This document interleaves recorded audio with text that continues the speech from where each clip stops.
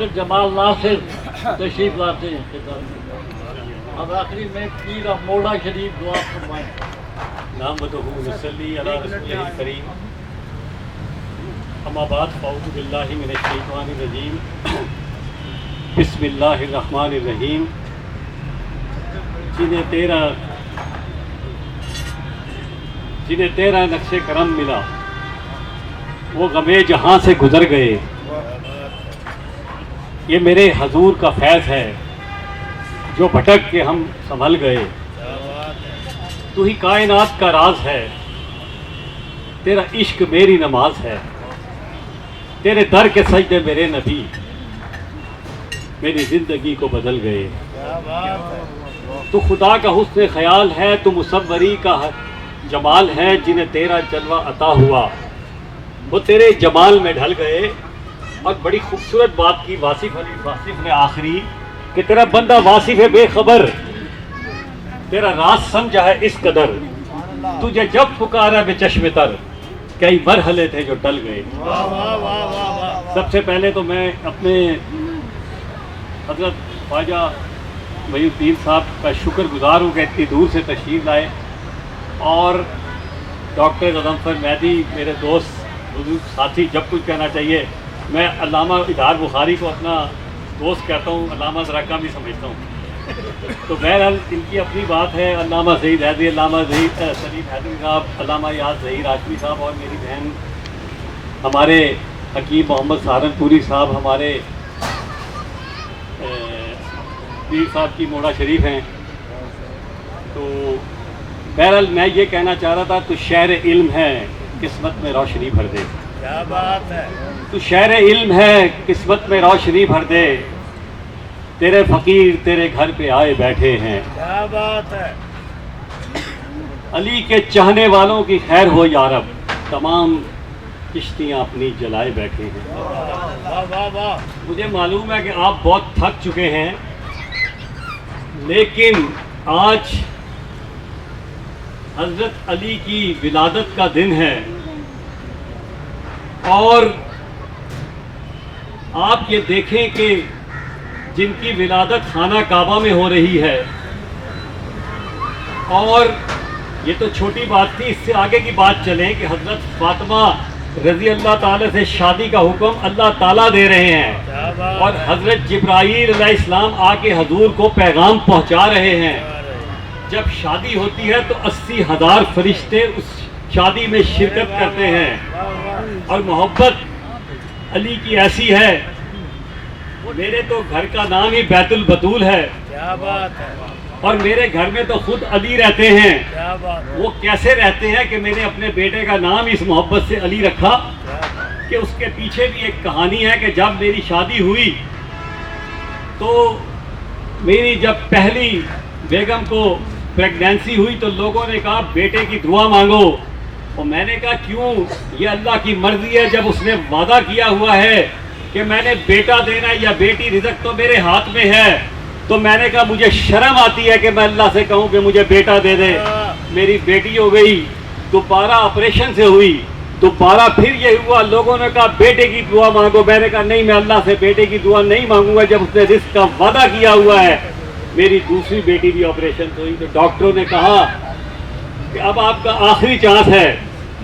تو مجھے پتہ ہے کہ یہ ظالم اور بھیڑیوں کا معاشرہ ہے، یہ حضرت علی کے چاہنے والوں کا نہیں ہے، یہ سب ایسی کہانیاں ہیں۔ ہم یہاں سے جائیں گے بھول جائیں گے کہ حضرت علی نے کیا کہا تھا، اور حضرت امام حسین نے یزید کے خلاف کیا قربانیاں دی تھیں۔ میں نے پھر اللہ سے دعا کی کہ اللہ، کیونکہ یہ جانوروں کا بھیڑیوں کا معاشرہ ہے، ایک بھائی بھی دے دے تو تیری بڑی مہربانی ہے۔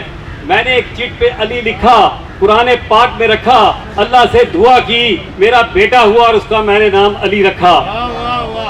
میری ایک بھانجی آئی، اس نے کہا، وہ میری بھانجی آئی، اس نے کہا کہ ماموں دعا کرو کہ میرا بیٹا ہو جائے۔ میں نے کہا ایک شرط ہے، میں نے بھی مذاق میں کہا سچی بات ہے، سیریسلی کہا۔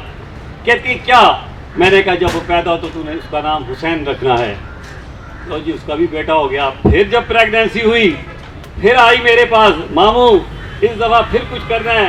میں نے کہا بیٹا اس دفعہ تو نام اس کا حسن رکھ دیں، تو اس کے ماشاءاللہ بیٹا ہو گیا۔ میرے گھر میں ابھی نانا بنا ہوں، ایک مرتضی بھی ہے میرے پاس، ایک ارتضیٰ بھی ہے. تو محبتیں ایسی ہوتی ہیں، محبتیں زبانی نہیں ہوا کرتی.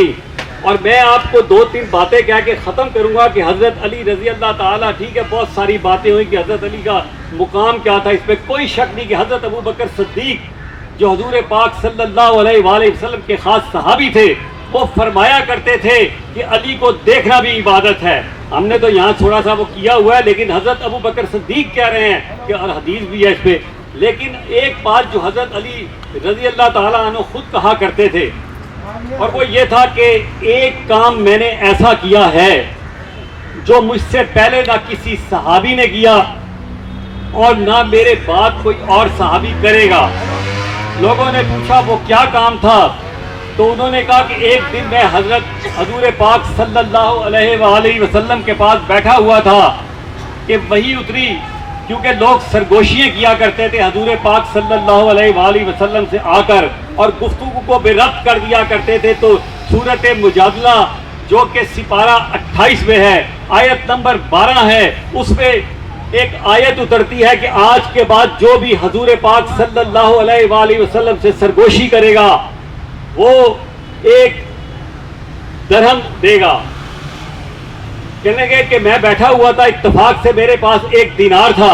حضرت علی نے دینار کے 10 درہم خریدے اور حضور پاک صلی اللہ علیہ وآلہ وسلم سے 10 سوال کیے. میں ان سوالوں میں نہیں جاتا، لیکن اس پہ ایک سوال بہت خوبصورت تھا جو مجھے پسند آیا.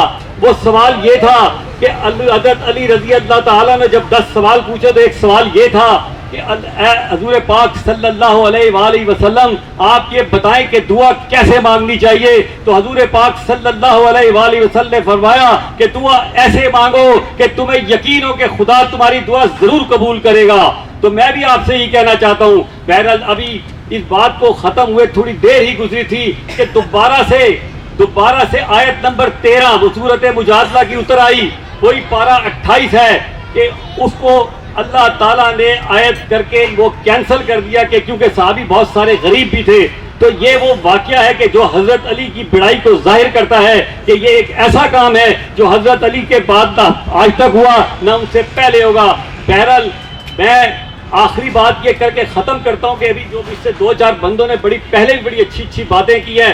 طاہر صاحب نے کی، علامہ طاہر صاحب نے، کہ حضور جب آخری وقت تھا تو وہ بڑی تاریخی باتیں تھی. حضرت علی رضی اللہ تعالیٰ نے حضرت امام حسین اور حسن کو بلایا اور کچھ نصیحتیں کی. وہ نصیحتیں بڑی زبردست نصیحتیں تھیں. انہوں نے پہلی بات جو کی، کچھ باتیں تو یہ طاہر صاحب بتا گئے. پہلی بات یہ کی کہ کنجوس آدمی کی دوستی سے بچنا کیونکہ وہ تم پر اللہ کی نعمتوں کو حرام کر دے گا. پھر کہا کہ بے وقوف کی دوستی سے بچنا کہ وہ اپنے چھوٹے سے فائدے کے لیے تمہیں نقصان پہنچا دے گا. پھر فرمایا کہ جھوٹے آدمی کی دوستی سے بچنا کہ وہ دور کی چیز نزدیک کی چیز کو دور کر دے گا. اور ایک آخری بات، آج سے 1430 سال پہلے حضرت علی نے ایک ایسی کہی ہے کہ جو اس وقت فٹ کیا، وہ تو بلکہ کربلا سے فٹ ہو گئی تھی. انہوں نے کہا کہ ایک وقت آئے گا کہ عالم دین ہوں گے، عامل دین نہیں ہوں گے. ایک وقت آئے گا کہ لوگ باتیں کرنے والے ہوں گے، میری طرح تقریریں کرنے والے ہوں گے، لوگ بہت بڑی بڑی باتیں کرنے والے ہوں گے، لیکن عمل کرنے والے بہت تھوڑے ہوں گے. اور آپ اگر وقت دیکھیں تو وہ وقت آ گیا ہے. آئیے آج ہم عہد کریں کہ ہم جب یہاں سے جائیں تو ہم حضرت علی رضی اللہ تعالیٰ عنہ اور حضرت امام حسین کی جو تعلیمات ہیں ان کو عمل کریں گے، کیونکہ ہم اپنے اندر کے کربلا میں کئی 72 صدیق سوچوں کو مصلحت کے یزید خنجر سے قتل کر کے حسین ہونے کے مدعی. شکریہ.